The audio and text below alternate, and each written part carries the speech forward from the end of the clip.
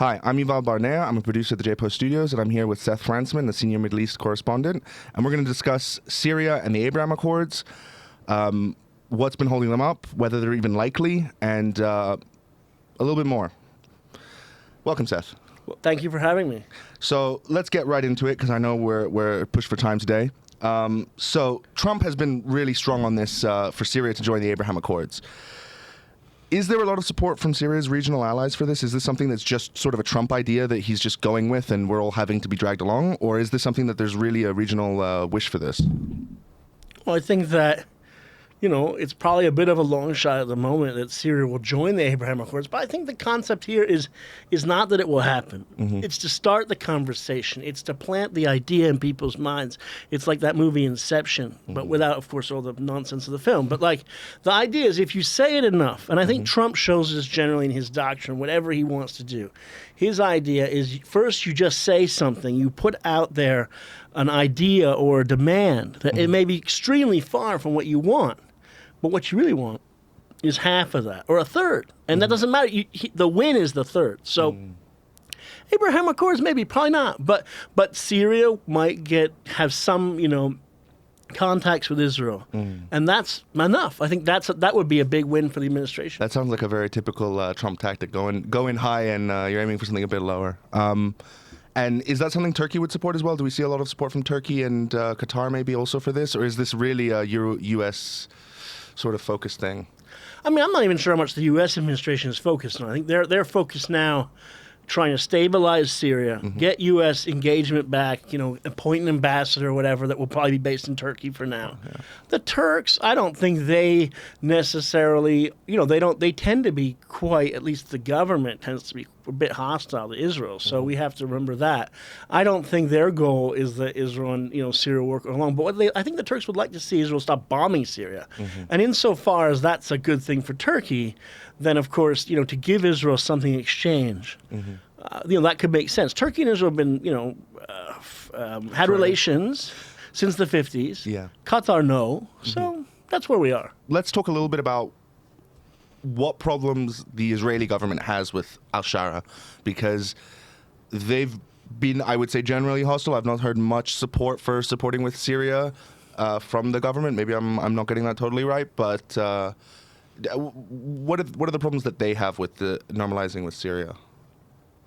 Well, publicly, since the Ahmed took power on December 8th, 2024, and the Assad regime fell, Israeli politicians, including the prime minister, I think the defense minister, and foreign minister, have come out with statements that are quite hostile, saying, he's a jihadist in a suit or something, threatening him, saying, we'll defend the Kurds and the Druze. And that's interesting because the same Israeli government has taken credit for knocking off Assad and basically saying, because of what we did to Hezbollah, Assad fell. So, it doesn't make a lot of sense because you're like, well, Assad is bad, so shouldn't the guys that don't like him kind of be better? And, instead of working with them, there's an antagonism taking place. But that's the concept, is that Sharaa, he comes from an extremist background linked to al-Qaeda. Though historically, I think, Israel has not really cared that much, to be honest, about Islamist extremism. I mean, considering the fact that Hamas was in Gaza for a long time and Israel was basically, look, that's fine until October 7th. So, we'll have to see where that goes. And do you think, I'm probably not going to get a lot of fans for saying this, but do you think there's any resemblance there between the story with Begin and Shamir to also people who were declared terrorists by a government that was occupying their country and went on to become leaders of the country? Is there some sort of lesson to be learned from that, or is that something that maybe Israelis will see as a purely uniquely Israeli outcome? Well, I mean, I think insofar as the question is, how do you define terrorism and can people change? Let's say that Menachem Begin, who was the member of the Irgun or ran it and was a member of the underground and fought the British, but also members of the Irgun, killed Arabs and things like that. And Yitzhak Shamir, who was with the Lehi, and they were more involved in assassination campaigns or targeted killings. I mean, they may have been seen as terrorists, but in terms of the actual number of casualties, there's not that many. But fine. So, okay, so they did that. You could argue the merits of it. Did it work? Did it not? Whatever. Is it moral or not? All these things they did. Then they eventually took power, right? I mean, Menachem Begin in the 70s and 80s, and then Shamir, I guess, late 80s, 90s. And they were very responsible statesmen at that time. So, 30, 40 years had gone by between the tactics that they used that someone could criticize and who they became. So Ahmed Sharaa was a member of al-Qaeda or a supporter of it. He's a young guy, right? So he must have been in his 20s, early 30s when he did that. He's not even in his mid-40s. Well, I'm saying when he was the supporter. So he would have been he would have been a younger guy. If I remember, he joined up at 18. He joined al-Qaeda. So he did that, and that was a different time. That was 2003, 4, 5, 6. He then spends a whole bunch of time in prison as a detainee in Camp Bucca in Iraq, detained by the Americans. He goes back to Syria and then runs this eventually Hayat Tahrir al-Sham, which is linked to al-Qaeda. But of course, he changes. And I think it's fair to say what Ronald Reagan said, which is trust but verify. I mean, people change. Some people change for the worse, right? Of course. What would Syria need to do for the Israeli government to feel, let's not say fully happy normalizing, but at least more comfortable? Are there things that Syria could do to get there, or is this something where it's really more you just have to somehow find a way for them to trust them? There's not a couple steps that they could be taking.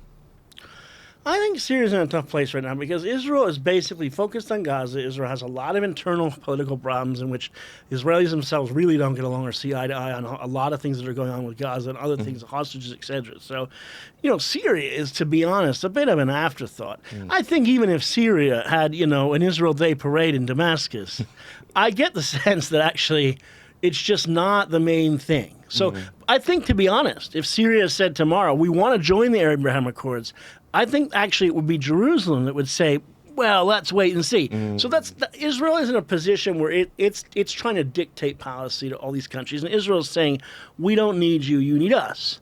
So that's why I think it doesn't necessarily matter that much. Of course, what they need to do is stay the course. And Syria needs to stabilize, work with the Kurds and the Druze.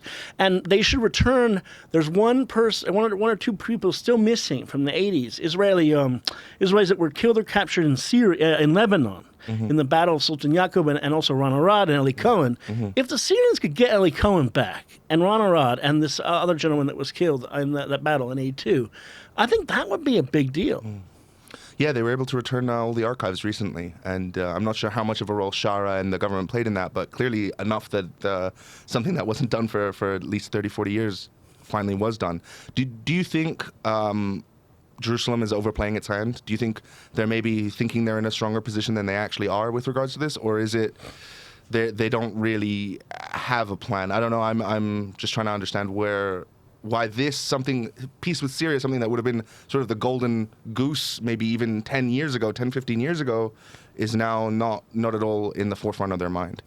I mean, I think this current Israeli government is very reticent of any kind of ideas like agreements, like Oslo Accords or anything. I mean, they're just extremely suspicious of such things. So I think that you could say, well, okay, but they have a reason for that because, Netanyahu or the people on the right, they grew up and they remember the 90s and they saw it all explode in Israel's faces, and that's fine. Make of it what you will. The era of doing those kind of agreements, like Israel back in the day, in the 90s, thought about giving back the Golan and having an international force run it. That's when everyone was naive and just thought that would work because the 90s were like a naive time and everyone was happy. So, one can get it. Israel's has a very bit cynical leadership now. Some of that's fair, but I think at the end of the day, there is a time now in the Middle East where things are changing, and I think Israel should seize that bull by the horns and be ready for the new Middle East. Otherwise, it's possible Israel will be left behind. And we saw Trump in the Gulf. He wasn't talking about Israel. He was talking about a different Middle East, and Israel should be cognizant of that and try to get back in the game. Thank you, Seth. Hopefully we'll get more clear answers in the future as Israel reveals what it actually wants. But for now, thank you. Thank you.